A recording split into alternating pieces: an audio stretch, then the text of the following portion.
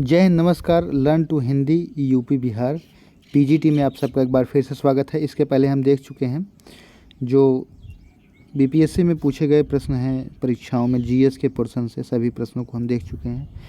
हम हिस्ट्री को देखे हैं जो खास करके बिहार में पूछी जाती है। आईएनएम जिसे इंडियन नेशनल मूवमेंट के रूप में देखा जाता है, उसको पूरा हम देख चुके हैं 5 पार्ट में, और एंशिएंट और मिडिवल हिस्ट्री को देख चुके हैं। उसी कड़ी में हम आगे बढ़ते हैं। आज हम देखेंगे भारत का भूगोल। इसको 2 पार्ट या 3 पार्ट में हो सकता है देखेंगे। ये वही प्रश्न हैं जो बार बार पूछे जाते हैं, बहुत आसान प्रश्न होते हैं। जो बेसिक क्लास आप लेते हैं उसमें इसको नेगलेक्ट किया जाता है, एक प्रकार से शामिल किया जाता है, लेकिन उसमें कहीं खो सा जाता है। आपके एग्ज़ाम में आपको कन्फ्यूज करके आपका नंबर कम कर देता है, आपका सिलेक्शन में बाधा उत्पन्न करता है।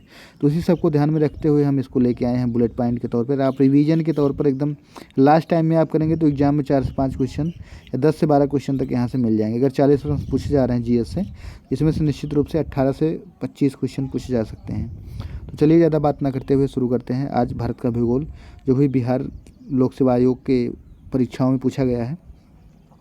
तो इसमें देखते हैं पहला प्रश्न था। इसी प्रकार की वीडियो को पाने के लिए चैनल को लाइक करें, शेयर करें, सब्सक्राइब करें, और इसी यूट्यूब चैनल पे सभी प्रकार के जो जीएस के सभी पेपर हुए, जीएस के जितने भी पोर्शन होते हैं बीपीएससी में पूछे जाने वाले, सभी की वीडियो आपको अवेलेबल मिलेगी।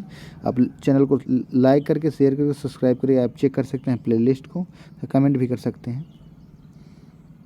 तो शुरू करते हैं। सामान्य परिचय भूगोल का जो होता है। भारतीय मानक समय अपनाया जाता है देशांतर 82 डिग्री 5 सेकंड पूर्व से। भारत का मानक समय अपनाया जाता है देशांतर 82 डिग्री 5 सेकंड पूर्व से। भारतीय उपमहाद्वीप पूर्व में मूलतः एक भाग था गोंडवाना लैंड का। भारतीय उपमहाद्वीप पूर्व में एक भाग था गोंडवाना लैंड का। ग्रीनविच माध्य टाइम जीएमटी भारतीय मानक समय आईएसटी से आगे रहता है 5.5 घंटे। 5 सही 1/2।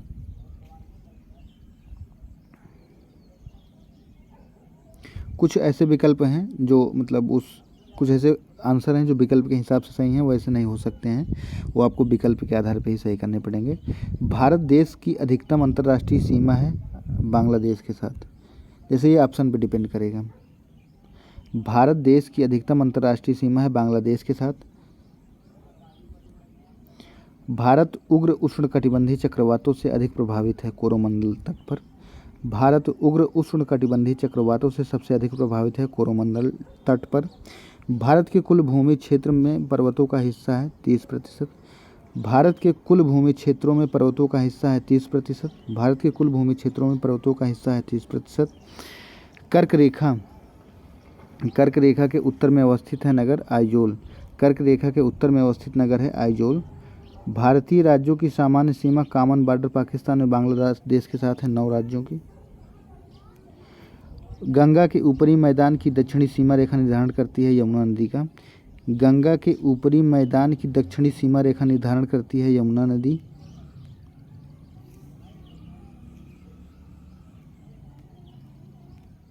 चुंबी घाटी स्थित है सिक्किम और तिब्बत के मध्य। 8 डिग्री चैनल भारत को अलग करता है मालदीव से। 8 डिग्री चैनल भारत को अलग करता है मालदीव से। नेपाल के साथ सीमा जो साझा करते हैं उत्तर प्रदेश है, उत्तराखंड है, बिहार है, सिक्किम है, पश्चिम बंगाल है। गोवा एवं कन्याकुमारी के बीच स्थित है मालाबार तट। मालाबार तट कहाँ स्थित है? गोवा और कन्याकुमारी के बीच स्थित है मालाबार तट।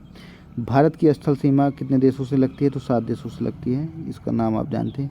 भारत अवस्थित है, लोकेटेड है 8 डिग्री 4 सेकंड उत्तरी से 37 डिग्री 6 सेकंड उत्तरी देशांतर में। 68 डिग्री 7 सेकंड पूर्व से 97 डिग्री 25 सेकंड पूर्व के मध्य में। द्वीपों का समूह लक्षद्वीप प्रवाल उत्पत्ति का है। अभी कल ही एक द्वीप का नाम बदला भी गया है। भारतीय प्रमाणिक समय इंडियन स्टैंडर्ड टाइम एवं ग्रीनविच टाइम मध्य लंदन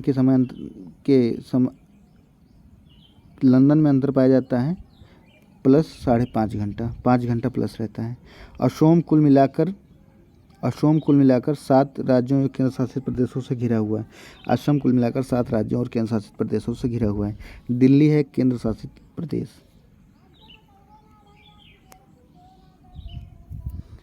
भारत का क्षेत्रफल संसार के क्षेत्रफल का 2.42% है। इसकी संपूर्ण मानव जाति की लगभग 70% जनसंख्या है। भारत का क्षेत्रफल संसार के क्षेत्रफल का 2.42% है, परंतु इसकी संपूर्ण मानव जाति की लगभग 70% जनसंख्या है। अर्थात भारत का जो क्षेत्रफल है, क्षेत्रफल के हिसाब से भारत जो है 2.42% भाग कवर करता है और संपूर्ण मानव जाति की लगभग 70% जनसंख्या भारत में निवास करती है। लक्षद्वीप टापू अवस्थित है दक्षिण पश्चिम भारत में। लक्षद्वीप टापू स्थित है दक्षिण पश्चिम भारत में। पाक जलडमरू मध्य स्थित है भारत और श्रीलंका में। पाक जलडमरू मध्य स्थित है भारत और श्रीलंका में। नया राज्य बना है तेलंगाना। भारत की सबसे ऊंची पर्वत श्रेणी कहते हैं केटू को। भारत की सबसे ऊंची पर्वत चोटी कहते हैं केटू को। भारत के पूर्वी घाट की सबसे ऊंची चोटी है महेंद्रगिरी। भारत के पूर्वी घाट की सबसे ऊंची चोटी है महेंद्रगिरी। दक्षिण से उत्तर की ओर हिमालय पर्वतमालाओं का सही क्रम है काराकोरम, लद्दाख, जास्कर, पीरपंजाल। दक्षिण से उत्तर की ओर पर्वतमालाओं का सही क्रम है काराकोरम, लद्दाख, जास्कर, पीरपंजाल।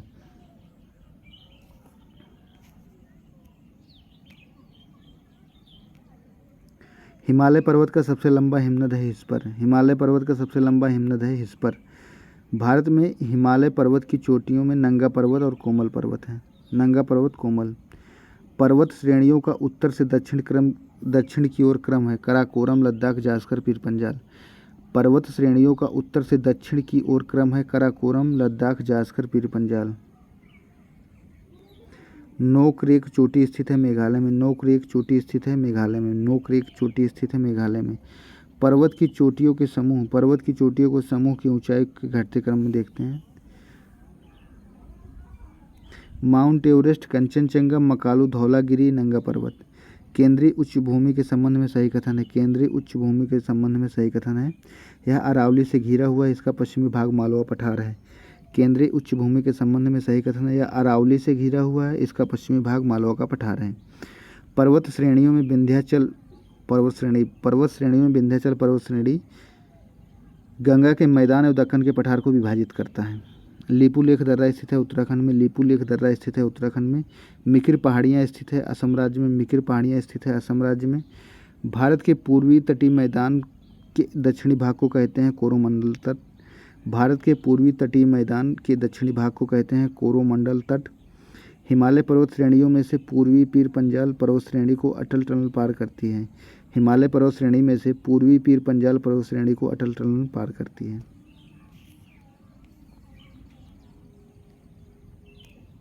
राजस्थान के पश्चिमी भाग में है मारवाड़। जवाहर सुरंग का निर्माण हुआ बनिहाल दर्रा के अंतर्गत। दक्कन ट्रैप पठार का गठन हुआ था क्रेटेशियस काल में। दक्कन ट्रैप पठार का गठन हुआ था क्रेटेशियस काल में। पर्वतीय भू आकृति का अधिकतम प्रतिशत 2000 मीटर से अधिक है। राज्य के भौगोलिक क्षेत्र का है सिक्किम। कन्याकुमारी से सटी पहाड़ियाँ हैं कार्डमम की पहाड़ियाँ।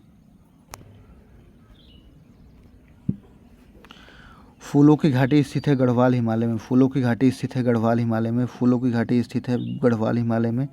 कुल्लू एवं स्पीति घाटियों को जोड़ता है रोहतांग दर्रा। कोसी मैदान की समुद्र तल से औसत ऊंचाई है 100 मीटर। कोसी मैदान से समुद्र तल की ऊंचाई है 100 मीटर।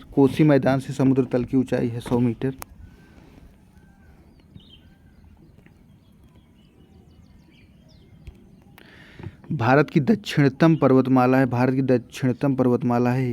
इलायची पहाड़ियाँ। थार क्षेत्र जो है राजस्थान राज्य में विस्तृत है। छोटा नागपुर का अधिकांश भाग आता है झारखंड राज्य के अंतर्गत। हिमालय के पर्वतपदीय क्षेत्र को तराई नाम से जाना जाता है। सह्याद्री श्रेणी का अन्य नाम है पश्चिमी घाट। हिमालय की उच्चतम चोटी के रूप में माउंट एवरेस्ट की खोज करने वाला व्यक्ति एक सर्वेक्षक था। हिमालय की उच्चतम चोटी के रूप में माउंट एवरेस्ट की खोज करने वाला व्यक्ति था एक सर्वेक्षक। भारत में उम्र में प्राचीनतम है अरावली श्रेणी। भारत में उम्र में प्राचीनतम है अरावली श्रेणी। भारत का सबसे अधिक विस्तृत मैदान है मध्य गंगा मैदान। भारत का सबसे अधिक विस्तृत मैदान है मध्य गंगा मैदान। वह भारतीय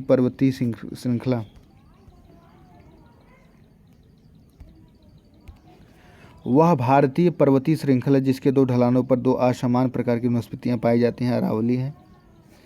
इलायची की पहाड़ियाँ केरल राज्य में स्थित है। इलायची की पहाड़ियाँ केरल राज्य में स्थित हैं। सबसे ऊंचा पर्वत शिखर है जम्मू कश्मीर राज्य में। वह दर्रा जो सर्वाधिक ऊंचाई पर स्थित है नाथुला है। वह पहाड़ी जिस पर पूर्वी घाट पश्चिमी घाट मिलता है नीलगिरी पहाड़ी है। भू आकृतियों में से सोमेश्वर श्रेणी के द्वारा बिहार राज्य उत्तर पश्चिम भाग से घिरा है। सोमेश्वर पहाड़ी श्रेणी के द्वारा बिहार राज्य का उत्तर पश्चिमी भाग घिरा हुआ है।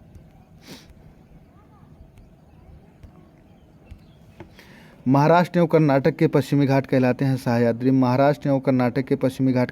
सह्याद्री।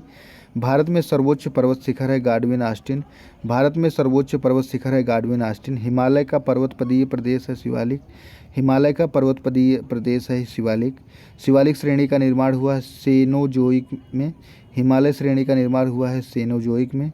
भारत के अतिरिक्त प्रायद्वीपीय पर्वत निर्मित हुए हैं सेनोजोइक महाकल्प में। छोटा नागपुर पठार एक अग्र गंभीर है। शिवालिक शैल समूह के दक्षिण में भाबर क्षेत्र का उदाहरण है गिरिपाद में स्थिति का। अन्नामलाई इलायची की पहाड़ियाँ पलानी की पहाड़ियाँ मिलती हैं अनाई मुड़ी में। बृहत हिमालय अर्थात हिमाद्री की पूर्वी छोर पर है नामचा बरवा।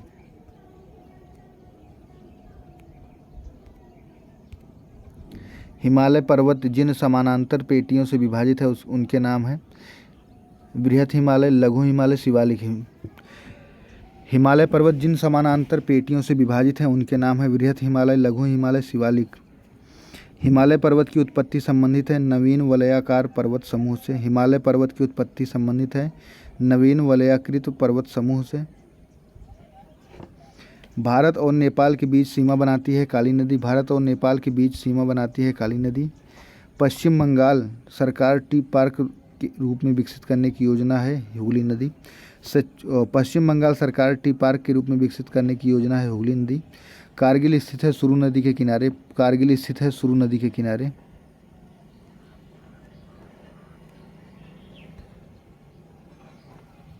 राजस्थान और गुजरात में बहने वाली लूनी नदी का उद्गम स्थल है पुष्कर घाटी। राजस्थान और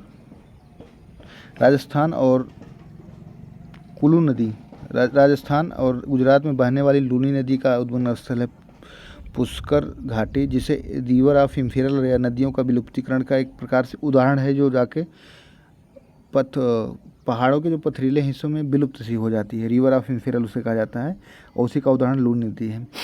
चिनाब नदी अंततः सिंधु नदी पर मिलती है मिथानकोट। अक्टूबर और नवंबर के महीने में भारी वर्षा होती है कोरोमंडल तट पर।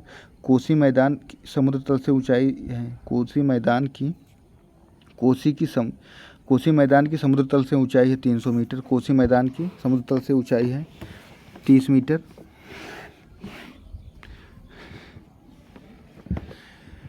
सोन नदी का उत्पत्ति स्थल अमरकंटक स्थित है मैकाल श्रेणी में। असम घाटी में ब्रह्मपुत्र नदी की लंबाई है 750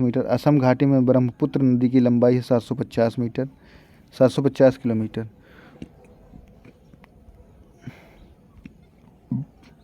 बांग्लादेश में स्थित यमुना पद्मना मेघना दोआब सागर तल से ऊंचाई है 20 से 50 मीटर। बांग्लादेश में स्थित यमुना पद्मा मेघना दोआब सागर तल से ऊंचाई है 20 से 50 मीटर।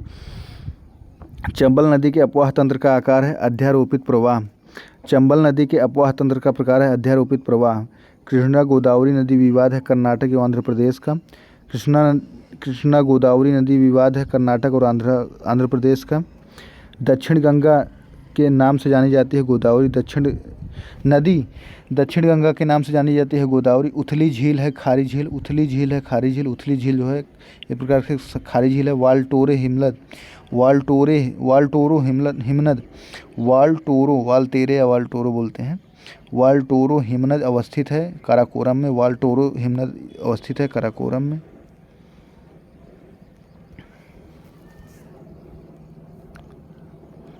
कोसी नदी गंगा में मिलती है। कोसी नदी गंगा में मिलती है कुर्सेला में।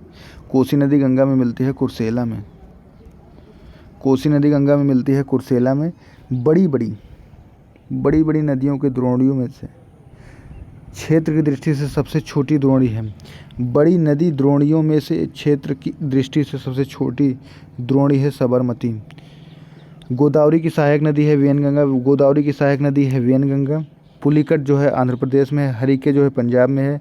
नल सरोवर गुजरात में है।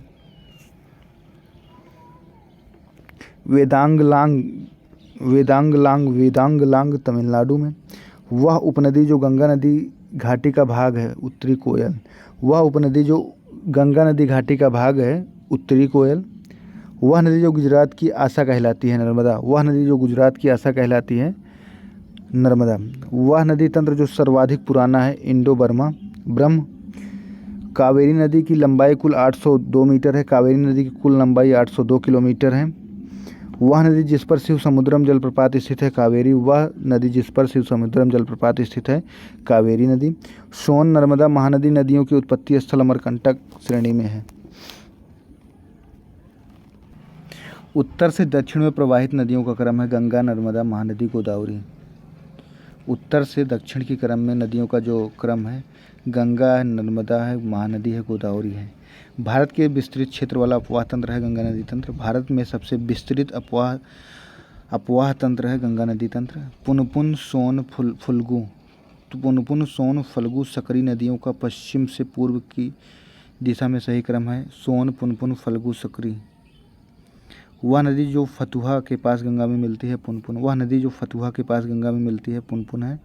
अलकनंदा एवं भागीरथी मिलकर गंगा नदी बनाते हैं देवप्रयाग में। अलकनंदा एवं भागीरथी मिलकर गंगा नदी बनाते हैं देवप्रयाग में। वह नदी जो बंगाल की खाड़ी में गिरती है गंगा, ब्रह्मपुत्र, गोदावरी, महानदी, कृष्णा, कावेरी। वह नदी जो बंगाल की खाड़ी में गिरती है गंगा, ब्रह्मपुत्र, गोदावरी, महानदी, कृष्णा, कावेरी। भारत में यारलुंग जांगपो नदी को नाम से जाना जाता है ब्रह्मपुत्र। भारत में यारलुंग जांगपो नदी को ब्रह्मपुत्र नाम से जाना जाता है। हिमालय काट कर एवं बहकर आने वाली नदियां हैं ब्रह्मपुत्र, सतलुज, सिंधु। ब्रह्मपुत्र की उपनदी है मानस नदी। गंगा नदी के किनारे सबसे बड़ा शहर है कानपुर। गंगा नदी के किनारे बसा सबसे बड़ा शहर है कानपुर। ये ऑप्शन के ऊपर डिपेंड करेगा। वैसे प्रयागराज भी बहुत बड़ा है, गंगा नदी पर ही बसा है, लेकिन ऑप्शन के ऊपर डिपेंड करेगा। सबसे अधिक नदी पथ परिवर्तन, maximum shifting of course, Kosi नदी का है। सबसे ज़्यादा जो है रास्ता परिवर्तित करती है। वह नदी जो भ्रंश, द्रोणी या फॉल्ट थ्रू से होकर बहती है नर्मदा।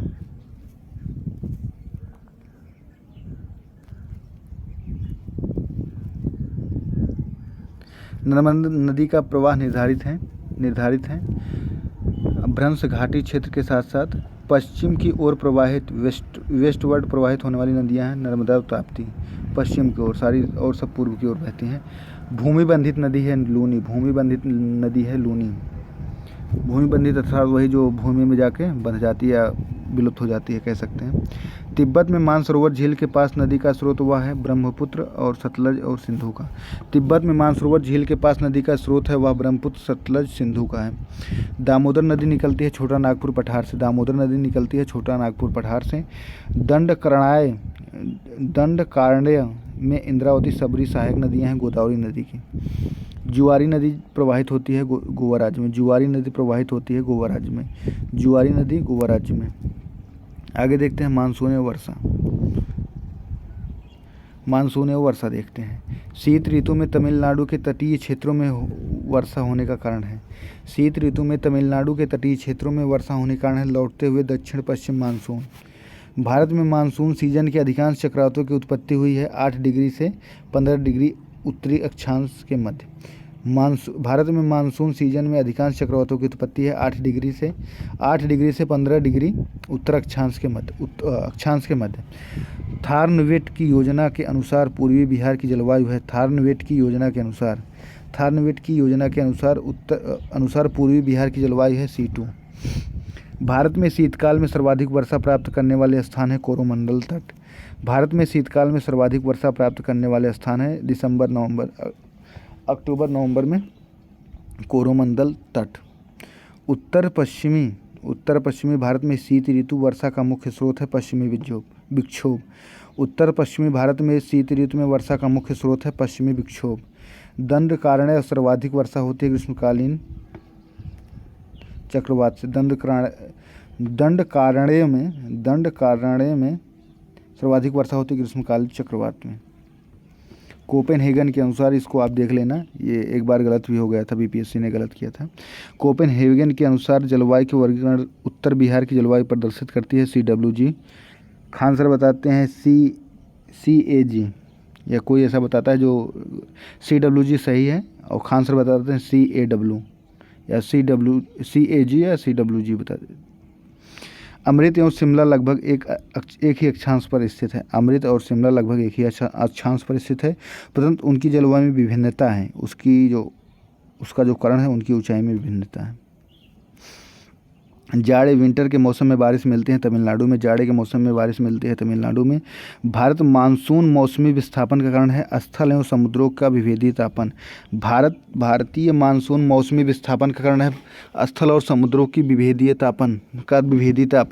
भारत की शक्तिशाली एल नीनो का कारण है सूखे का। भारत में शक्तिशाली एल नीनो कारण है सूखे का।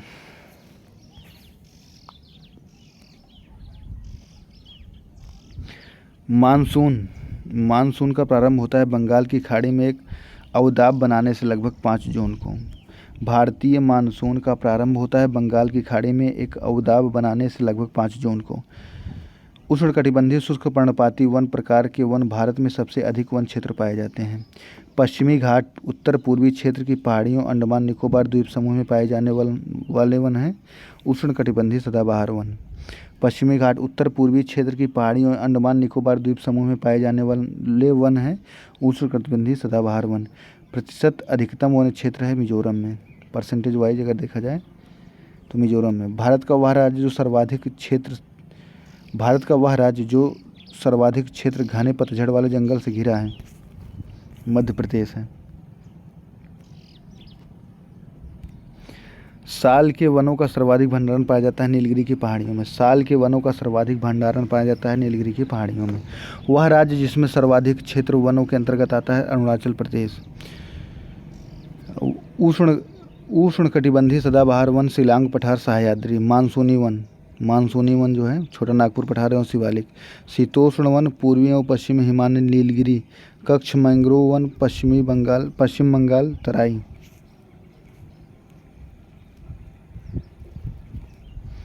भारत के कुल भौगोलिक क्षेत्र में वन क्षेत्र का प्रतिशत है 21.7। वन रिपोर्ट 2021 के अनुसार 24.62%। सुंदरवन क्षेत्र में है सघन मैंग्रोव वन। गंगा डेल्टा के सदाबहार वन क्षेत्र को कहा जाता है सुंदरवन। गंगा डेल्टा के सदाबहार वन क्षेत्र को कहा जाता है सुंदरवन। वनस्पतियों और जीवों की कमी का वैध कारण है बृहद पैमाने पर योजनाओं का विकास, कृषिगत फैलाव, चराई और जलाने की लकड़ी का एक भी कारण है। भारत में सर्वाधिक सागौन के जंगल पाए जाते हैं मध्य प्रदेश में। था इसी प्रकार के वीडियो को पाने के लिए चैनल को लाइक करें, शेयर करें, सब्सक्राइब करें और लगातार इसको जैसा कि आप देख चुके हैं कि इसके पहले हम हिस्ट्री को पूरा कवर कर चुके हैं। ये ज्योग्राफी, इंडियन ज्योग्राफी का पहला पार्ट हो सकता है, इसमें 2 पार्ट और आएँ। फिर वर्ल्ड ज्योग्राफी, उसके साथ साइंस, वो सारे सब्जेक्ट जो भी बीपीएससी में पूछे जाते हैं जीएस के पोर्शन में हम यहाँ से कवर करेंगे। था इसी प्रकार की वीडियो को पाने के लिए चैनल को लाइक करें, शेयर करें, सब्सक्राइब करें। आपके लाइक शेयर से हमारा मोटिवेशन बढ़ता है। अगर सब्सक्राइबर बढ़ते हैं तो इससे मोटिवेशन बढ़ता है और भरोसा बढ़ता है कि आप लोग जो मेरा कंटेंट है या जो जिस माध्यम से मैं इसको जहाँ से इकट्ठा कर रहा हूँ वो सही है। तो आप लोग कमेंट के माध्यम से भी बता सकते हैं कि कंटेंट सही है कि नहीं, एग्ज़ाम रिलेवेंट है कि नहीं है। अगर नहीं है तो कुछ और किया जाएगा। जय हिंद, नमस्कार, मिलते हैं किसी अगले वीडियो में। तो पढ़ते रहिए, मस्त रहिए, खुश रहिए।